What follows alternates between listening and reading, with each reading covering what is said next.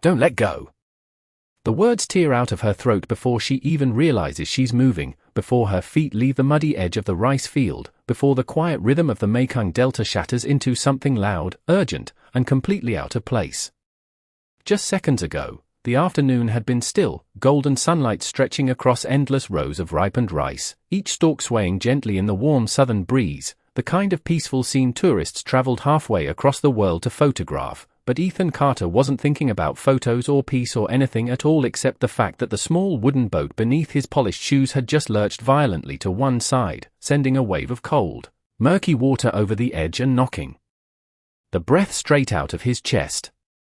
He had been told this would be a simple cultural experience, a quick ride through the canals before heading back to review land for a multi-million-dollar development project, something safe, controlled, and neatly scheduled between conference calls, but nothing about this moment felt controlled as the engine sputtered, the driver shouted something he didn't understand, and the sleek world Ethan came from, glass towers, black SUVs, tailored suits, collapsed into pure chaos in the middle of a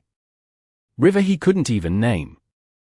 The boat jerked again, harder this time, and for a split second, Ethan's mind went blank, his body reacting a beat too slow as his balance failed him completely and the world tilted, sky and water flipping places as he hit the surface with a sharp, disorienting shock that stole the air from his lungs.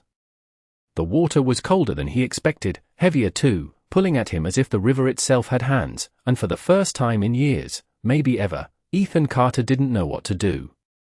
He tried to move, to swim, but his expensive shoes dragged him down, his soaked jacket clung tight to his arms, and something, he didn't even know what, snagged briefly at his leg, sending a flicker of panic through his chest that grew faster, louder, impossible to ignore. Above him, the light fractured into ripples, voices blurred into distant echoes, and somewhere far away, someone was yelling, but it didn't sound like his world anymore, didn't sound like anything he could control with a phone call or a contract or a signature. And then, cutting through everything, came her voice again, closer now, sharper, real. Don't let go. NGOC Tram doesn't think, she doesn't hesitate, she just moves, her bare feet splashing through the shallow edge before she dives cleanly into the river, the familiar water closing around her like something she understands, something she's known her entire life, unlike the man sinking just a few feet away in clothes that don't belong here, in a world that doesn't belong here. From the bank, the half-cut rice lies forgotten, her conical hat tossed aside, the small curved blade she had been using moments ago glinting briefly in the sun before disappearing into the grass, none of it mattering now as she cuts through the water with strong, practiced strokes, her eyes locked on the stranger who is already slipping beneath the surface again. She reaches him just as his head dips under, her hand grabbing his arm with surprising force, anchoring him, pulling him back toward air, toward breath, toward something solid in the middle of a moment that feels like it's falling apart. Ethan gasps the instant his face breaks the surface, coughing, disoriented, barely aware of the girl beside him except for the steady grip that refuses to let him sink again, and for the first time since he arrived in Vietnam, nothing about control or power or wealth crosses his mind, only the raw, undeniable fact that without her, he wouldn't be able to breathe right now. The river continues to move around them, indifferent, endless, but in that single suspended moment, two completely different worlds collide, one built on steel and money, the other on soil and survival, and neither of them realizes yet just how much this one chaotic second is about to change everything. The world does not snap back to normal all at once, it returns in fragments, in uneven breaths and blurred shapes, in the sound of water slapping gently against wood as NGOC Tram pulls Ethan closer to the small boat that still rocks unsteadily a few feet away, its engine now silent as if the river itself has decided to pause and watch what happens next. His body feels heavier than it should, every movement delayed, his chest burning as he coughs again, water dripping from his hair, his suit, his hands that no longer look like they belong to the man who stepped onto that boat just minutes ago.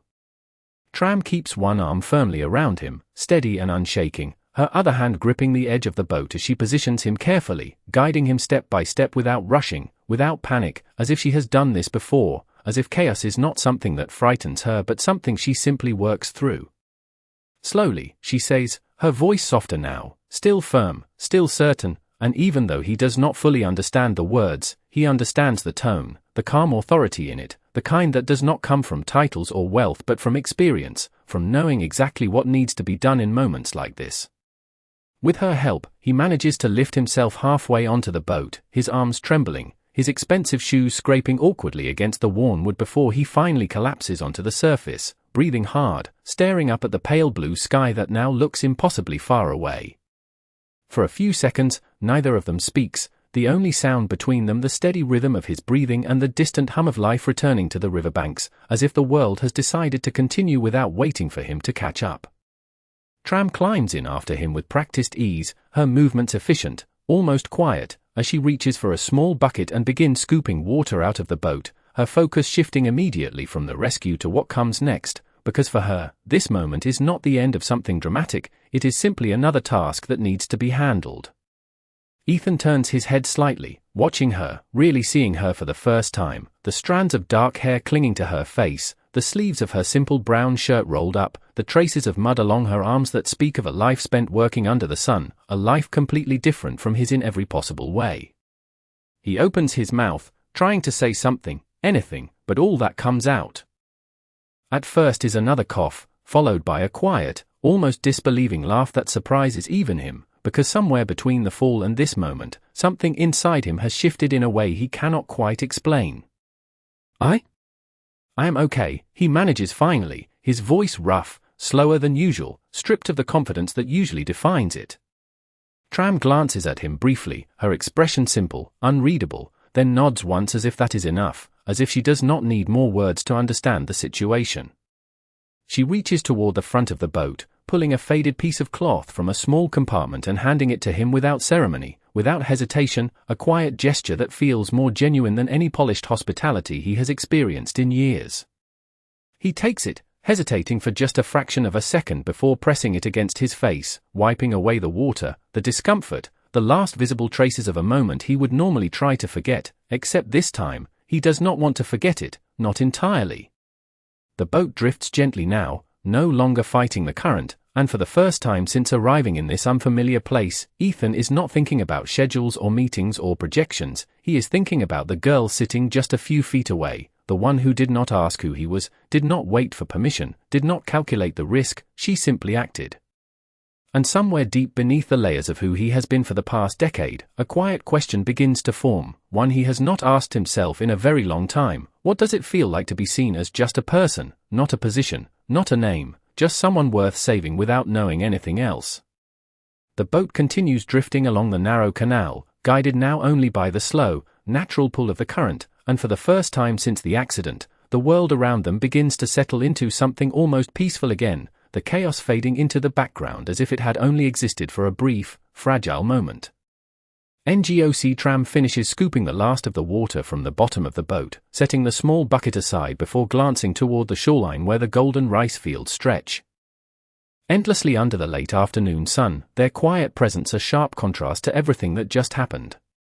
Without saying much, she reaches for the wooden paddle resting near her feet and begins steering the boat with steady, practiced movements, guiding it toward a narrow path between the tall grasses that Ethan would have never noticed on his own. He watches her in silence, still catching his breath, still trying to process how quickly everything shifted, how a simple boat ride turned into something that feels far more significant than it should.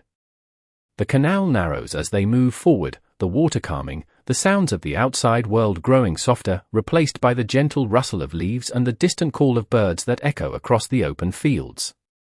It feels removed from everything he knows, removed from deadlines and boardrooms and polished conversations that never truly mean anything. After a few minutes, the boat slows to a stop near a small wooden post where another narrow path leads up from the water to a modest home built on slightly raised ground, its structure simple, weathered, but standing strong in a way that speaks of years rather than luxury. Tram steps out first, tying the rope quickly before turning back to him, extending her hand without hesitation, the same steady confidence in her eyes that pulled him out of the river just moments ago. This time, Ethan does not hesitate. He takes her hand, allowing her to guide him as he steps carefully onto the uneven ground, his expensive shoes now coated in mud, his once perfect appearance reduced to something far more human. The air feels different here, warmer somehow, carrying the faint scent of cooked rice and fresh earth, a reminder that life here moves at its own pace, untouched by the urgency that defines his world.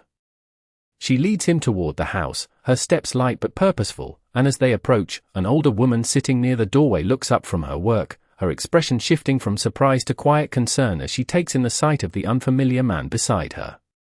Tram speaks quickly, her voice calm but filled with meaning, explaining what happened in a way that needs no translation for Ethan to understand the intention behind it. The older woman nods, her concern softening into something warmer as she gestures for him to come inside. Ethan pauses for a brief second at the threshold, looking at the small home, the worn wooden floor, the simple furniture that holds none of the excess he is used to, and yet somehow feels more real than any place he has been in years. He steps in slowly, almost cautiously, as if entering a space that requires a different version of himself, one that he has not used in a long time. Tram disappears briefly into another room and returns with a folded set of clothes, a loose shirt and simple pants that look nothing like what he usually wears, holding them out to him with a small nod as if it is the most natural thing in the world. Dry, she says softly, the single word clear enough, her meaning even clearer. He looks at the clothes, then back at her, and for a moment, there is a quiet hesitation, not because of pride, but because accepting something so simple feels strangely unfamiliar. Then, without overthinking it, he nods once and takes them, the fabric light in his hands, grounding in a way he does not expect. Somewhere outside, the sun dips slightly lower, casting a warm glow through the open doorway, and as Ethan Carter stands there, dripping river water onto a wooden floor in a house he never planned to enter, he realizes that this day is no longer about a project, or a deal, or anything he came here for. It has already become something else entirely, something he cannot yet define, but something he knows he cannot walk away from as easily as he thought. Ethan stands there for a moment longer, the dry clothes still in his hands, the quiet weight of the situation settling deeper into him as the last drops of river water fall from his sleeves onto the wooden floor, each one marking a small but undeniable shift from the world he came from to the one he has somehow stepped into without warning. He moves toward the side of the room where Tram had gestured, a simple curtain hanging in place of a door, and for the first time in years, he changes not in a polished marble bathroom or behind glass walls overlooking a skyline, but in a space where everything is modest, practical, and real. The fabric of the shirt feels unfamiliar against his skin, lighter, softer, carrying a faint scent of sun and soap, and when he steps back out a minute later, he no longer looks like the man who arrived in a tailored suit, but someone quieter, less defined by status and more by the moment itself. Tram glances at him briefly, her eyes taking in the change without comment, and there is no surprise in her expression, no judgment, only a simple acknowledgement as if this version of him makes just as much sense as the one who fell into the river. She gestures toward a low wooden table near the open doorway where a small meal has already been set, bowls of rice still warm, a simple dish placed carefully in the center, steam rising gently into the air. The older woman sits nearby, watching him with a calm, observant gaze, not intrusive, not distant, just present in a way that feels unfamiliar but not uncomfortable. Ethan hesitates for a fraction of a second, then walks over and sits down slowly, mirroring the way Tram lowers herself across from him, her movements natural, unforced, as if this is simply how life flows here without needing explanation. He looks at the food, then at her, unsure of the unspoken rules, and she gives a small nod, a quiet permission that feels more sincere than any formal invitation he has received at countless business dinners. He picks up the bowl, the warmth of it steady in his hands, and takes his first bite, expecting something simple but finding something else entirely, something grounding, something that carries a kind of care that cannot be measured in presentation or price. For a moment, he forgets everything else, the accident, the project, even the discomfort of earlier, and focuses only on the taste, on the silence that surrounds them, on the way the light filters through the doorway and lands softly across the table.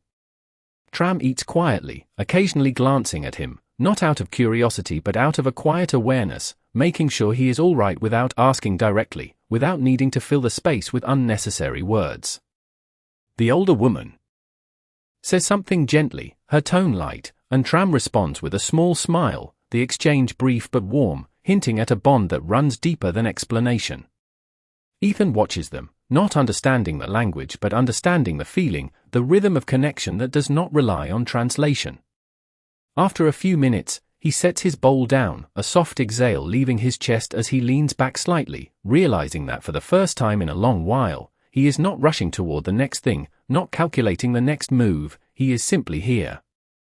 He glances toward the open doorway where the fields stretch out under the fading sun, the golden light beginning to soften into something quieter, more reflective, and he feels a subtle shift inside himself, something loosening, something he has kept tightly controlled for years.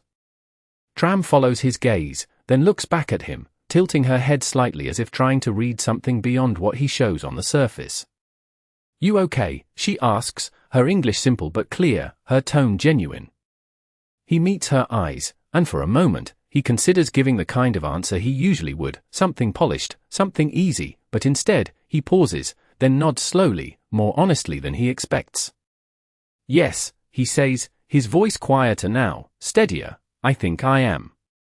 And as the last light of the day settles over the small house, wrapping the moment in a calm he has not felt in years, Ethan Carter realizes that whatever this place is, whatever this unexpected turn has brought him into, it is already changing something in him in ways he cannot yet explain, but cannot ignore either.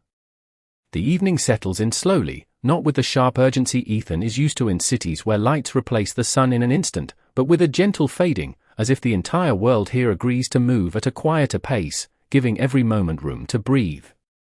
The sky outside shifts from gold to a soft shade of amber, and the air cools just enough to carry a light breeze through the open doorway, brushing against the thin fabric of the shirt he now wears, reminding him again that nothing about this day has followed the path he expected. Tram stands after the meal, gathering the empty bowls with a smooth, practiced motion, and Ethan instinctively moves as if to help, then pauses, unsure of what the right action is in a place where he does not know the rules. She notices the hesitation, gives a small, almost amused shake of her head, and continues without needing assistance, her independence clear in the way she handles each small task with quiet efficiency.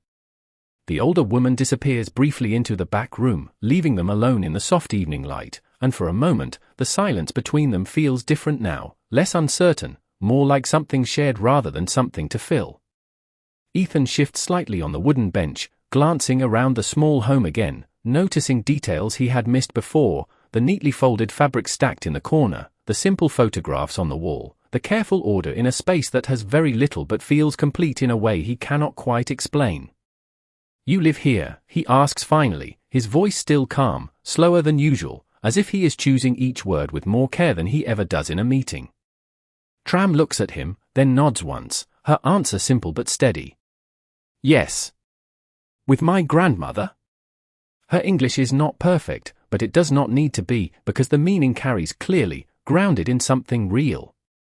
He nods in return, absorbing the information, and for a brief moment, he tries to imagine what it would be like to wake up here every day, to measure time by sunlight and seasons instead of schedules and deadlines, to know the land beneath your feet instead of the floors of high-rise buildings. "You saved me," he says after a pause, the words direct, without the usual layers of politeness or formality he would normally add. This time, she does not brush it off immediately. She looks at him for a second longer, as if considering the weight of what he just said, then shrugs lightly, her expression soft but grounded. "Anyone would do," she replies, but there is no arrogance in her voice, only a quiet belief that helping is not something extraordinary, it is simply what you do when someone needs it. Ethan lets out a small breath, almost a laugh, though there is no humor in it, only a recognition of how different that mindset is from the world he comes from, where actions are often calculated, where help is measured, where nothing is ever entirely free of expectation. He leans back slightly, his gaze drifting again toward the doorway, watching as the last of the daylight slips behind the horizon, leaving the fields in a softer, quieter glow. For a moment, he forgets entirely about his phone, about the team that is probably searching for him, about the schedule that has already been disrupted beyond repair, and instead, he finds himself thinking about something far simpler, something he has not thought about in years, what it means to belong somewhere, even temporarily, without needing to prove anything. Tram returns to the table, wiping it down with a cloth, her movement slower now, less about urgency and more about routine, and when she finishes, she sits down across from him again, this time with no task in her hands, no immediate reason to move, just a quiet willingness to stay in the moment.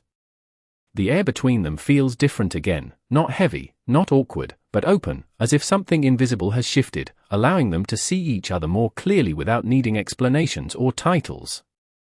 Ethan studies her for a brief second, the way she sits comfortably in her own space, the way she does not seem affected by who he might be or where he comes from, and for the first time, he realizes that this is exactly why the moment feels so unfamiliar, because here, he is not treated like someone important, he is simply treated like someone who needed help.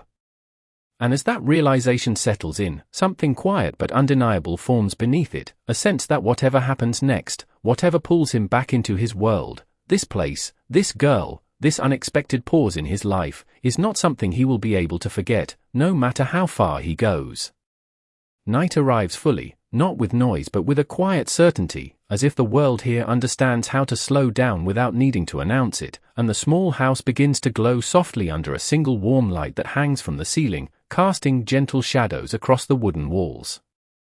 Outside, the distant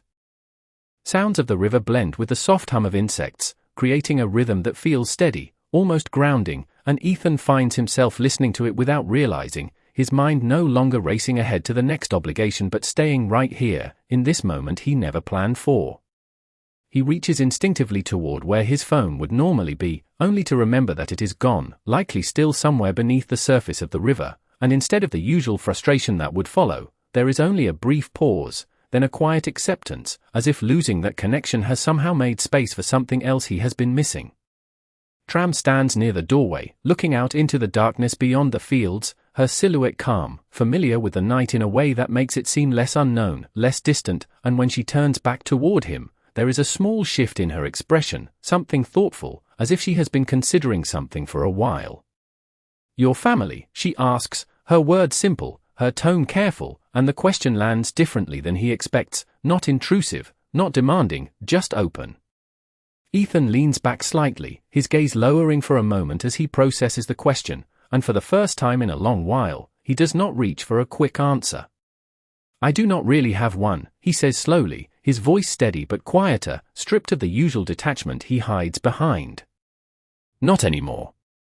There is no need to explain further, not here, not now, and Tram does not press, she simply nods, accepting the answer as it is, without trying to fix it or fill the silence that follows. The older woman returns from the back room, placing a small kettle on the table, pouring warm tea into 2 simple cups, the steam rising gently as she sets one in front of Ethan with a soft, welcoming gesture that needs no translation.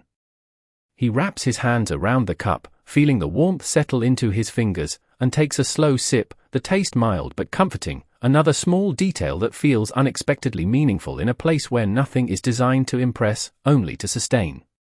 "You came here for work," Tram says after a moment, not as a question but as a quiet observation, her eyes steady on him.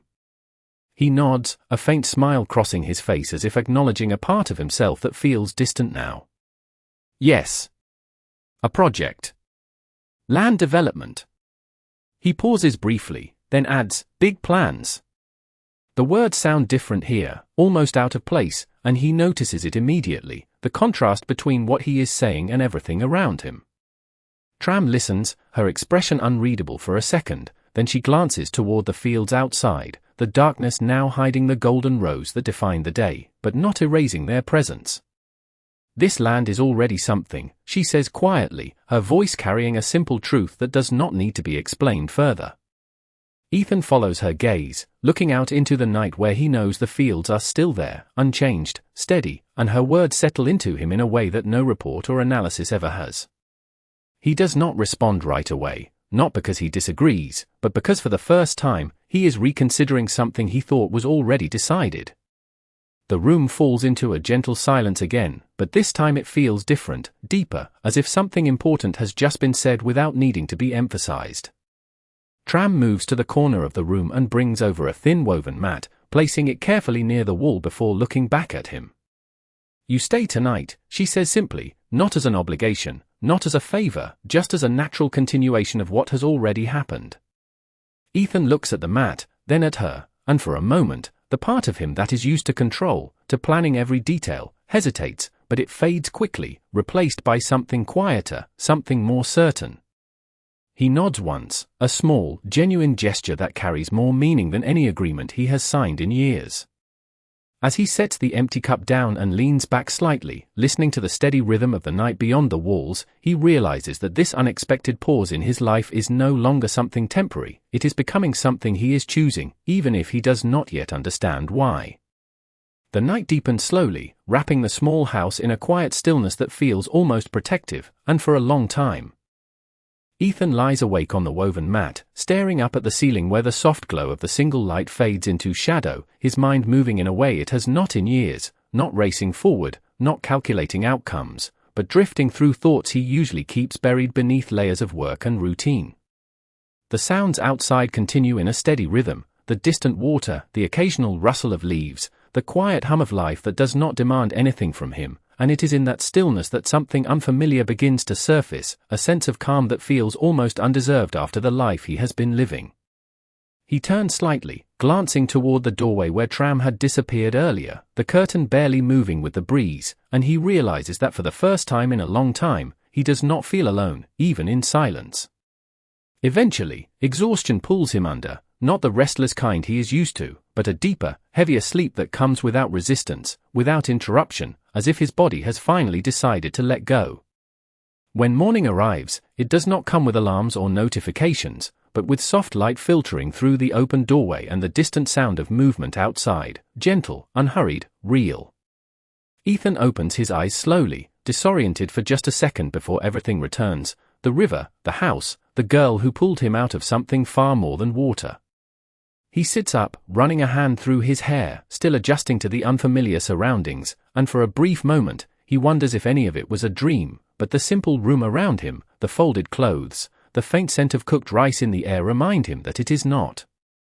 He steps outside quietly, the wooden floor creaking softly beneath his feet, and the sight that greets him stops him in place, not because it is dramatic, but because it is so completely different from anything he has seen before in his daily life. The fields stretch endlessly under the morning sun, now bright and alive again, the golden tones replaced with fresh green where new growth pushes through, and in the middle of it all, Tram moves with steady rhythm, her figure small against the vast landscape, yet completely at home within it. She works with the same quiet focus he noticed before, her hands moving with precision, her posture relaxed but strong, and for a moment, he simply watches, taking in the contrast between her world and his, between a life that is built day by day with effort you can see and one that is measured in numbers you rarely feel. He steps down carefully onto the narrow path leading toward her, his movement slower now, more aware, as if he does not want to disrupt something he does not fully understand yet. She notices him before he gets too close, glancing up briefly, a small smile crossing her face before she returns to her work, as if his presence here is no longer surprising, no longer something out of place. "You wake up early," she says when he reaches her, her tone light, almost teasing, and he lets out a quiet breath, shaking his head slightly.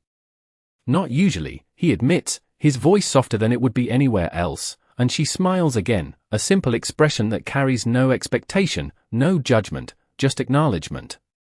He looks around, then back at her, hesitating for a second before speaking again. "Can I help?"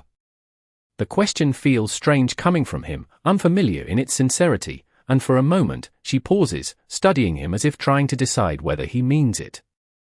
Then she gestures toward a small bundle of cut rice nearby, nodding once. "Try," she says, and there is a hint of amusement in her voice now, not mocking, but aware of the difference between them. Ethan steps forward, reaching down to pick up the bundle, the rough texture unfamiliar against his hands, and as he tries to mimic her movements, he realizes quickly that this is not something you learn in seconds, not something you can master without understanding the rhythm behind it.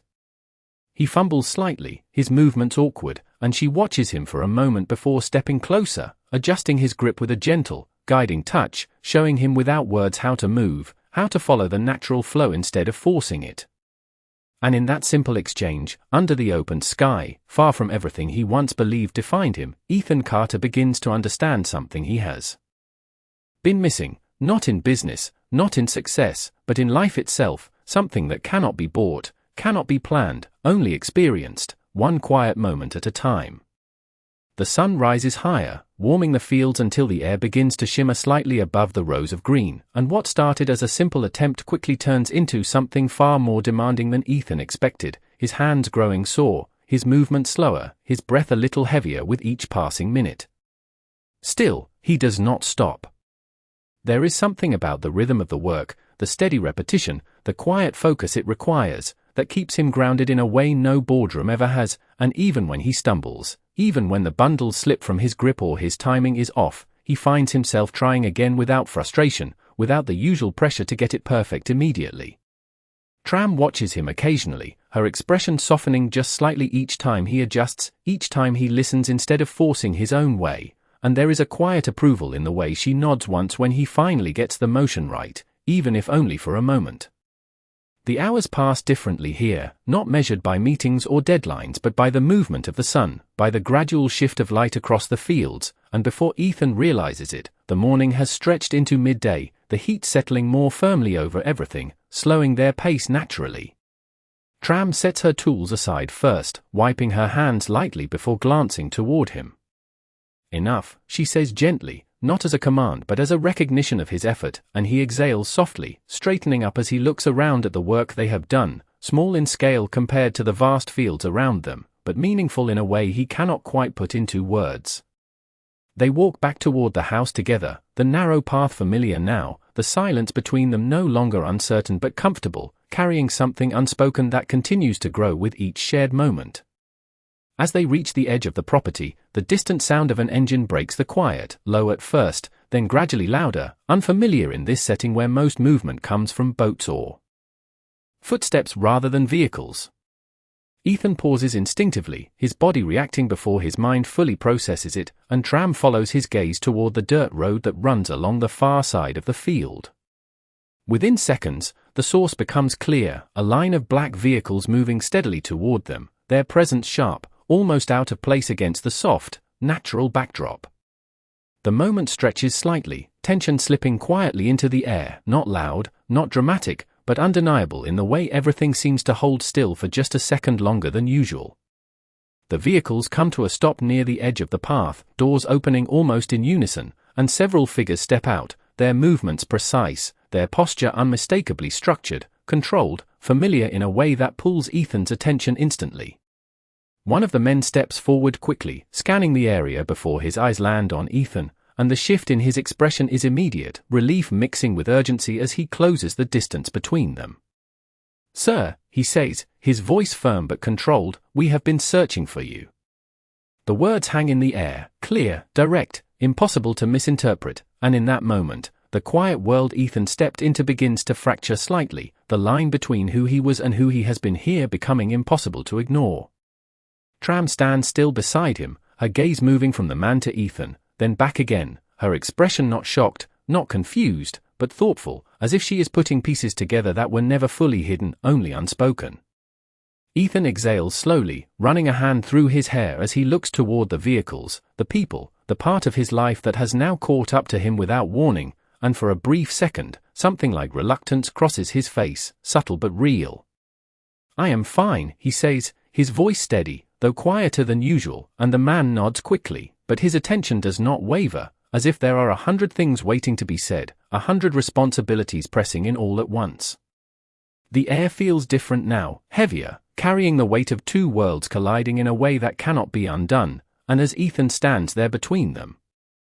one foot in each reality, he realizes that the moment he has been avoiding has finally arrived, not with chaos this time, but with clarity, forcing him to face exactly who he is, and who he might be becoming. The air holds still for a moment longer than it should, as if even the wind across the fields has paused to witness what comes next, and Ethan feels it clearly, the invisible line between two worlds tightening around him, no longer something he can quietly stand between without choosing a side.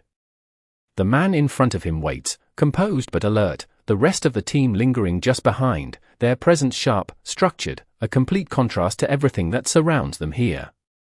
Ethan glances briefly toward the vehicles, then back at Tram, and in that single look, something unspoken passes between them, not confusion, not surprise, but recognition, as if the truth that has been quietly sitting beneath the surface has finally come into the light without needing to be explained.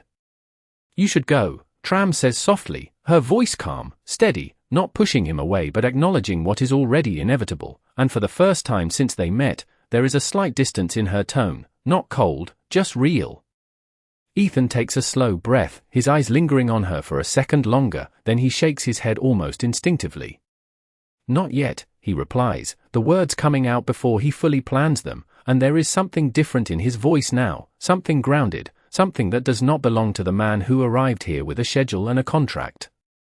The man beside him shifts slightly, as if about to speak again, but Ethan raises a hand just enough to pause him, a quiet signal that carries authority without needing volume. He turns fully toward Tram now, the space between them feeling both small and significant at the same time. "My name is Ethan Carter," he says, not because she needs to know, but because it feels important that it comes from him, not from someone else, not from a title spoken in a different tone. She nods once, her expression unchanged, absorbing the name without reacting to it, and that alone lands deeper than any reaction could have. "I figured," she replies simply, and there is no accusation in her voice, no sense of being misled, only a quiet understanding that who he is does not change what already happened. Ethan exhales softly, a faint, almost relieved smile crossing his face for just a second, because in that response, he finds something he did not realize he needed, acceptance without expectation. He looks back toward the fields, then at the house, at the path he walked just hours ago, and something settles into place inside him with a clarity that feels both new and undeniable. "I came here to build something," he says slowly, choosing each word with intention, "but I think I did not understand what was already here." The statement is simple, but it carries a weight that goes beyond business, beyond plans and projections, and Tram listens without interrupting, her gaze steady, giving him the space to finish. "If anything happens here," he continues, his voice firm now, not louder, just clearer, "it has to protect this, not replace it." There is no grand declaration, no dramatic gesture, just a quiet commitment spoken in a place where words feel more permanent, more binding than anything written on paper. For a moment, no one moves, the team behind him remaining silent, the field stretching endlessly under the midday light, and in that stillness, the decision feels complete, not rushed, not forced, but chosen. Tram studies him for a second longer, then gives a small nod, not approval, not agreement, but recognition of something genuine, something she believes he understands now, even if only the beginning of it. "Then do it right," she says, her voice steady, carrying both a challenge and a quiet trust, and Ethan meets her eyes, nodding once in return, the gesture simple but firm. He turns then, finally stepping toward the waiting vehicles, each step measured, not reluctant but aware, carrying something with him that he did not have before. As he reaches the door, he pauses briefly, looking back one last time, not at the team, not at the road, but at her, standing there in the field, exactly where she belongs, unchanged by everything that just unfolded. And in that moment, Ethan Carter understands that whatever future he builds from here, it will always lead back to this place, to this girl, to the moment everything shifted not because of power or wealth, but because someone chose to reach out and not let him sink.